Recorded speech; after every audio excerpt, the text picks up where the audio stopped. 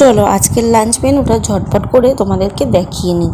তো রান্না বান্না কিন্তু কমপ্লিট, সব কিছু পরিষ্কার করা হয়ে গেছে। তো চলো মেনুগুলো এবার তোমাদেরকে দেখিয়ে নিই। তো সবার প্রথমেই একদমই সিম্পল রান্না হয়েছে আর খুব শর্টকাট।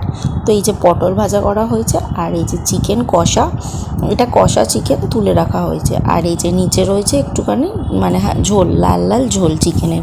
তো কষাটা আমি আমার জন্য তুলে রেখেছি, আমার ঝোলের থেকে কষা খেতে কিন্তু বেশি ভালো লাগে। তো ওর জন্য আমি আমার জন্য কষা তুলে রেখেছি। আর বাকি সবাই ওই ঝোল দিয়ে খাবে, ওরা আবার অত শুকনো শুকনো খেতে পারে না, তো ওর জন্য ওদের জন্য একটু হালকা ঝোল। আর এই যে এটা হচ্ছে একটা গাঢ় গাঢ় টাইপের ডাল করেছে, মা করেছে এই ডালটা। তো মুগ ডাল গাঢ় গাঢ় করে করেছে। আর এই যে হয়েছে চাটনি, টমেটোর চাটনি, আর হচ্ছে গরম গরম ভাত।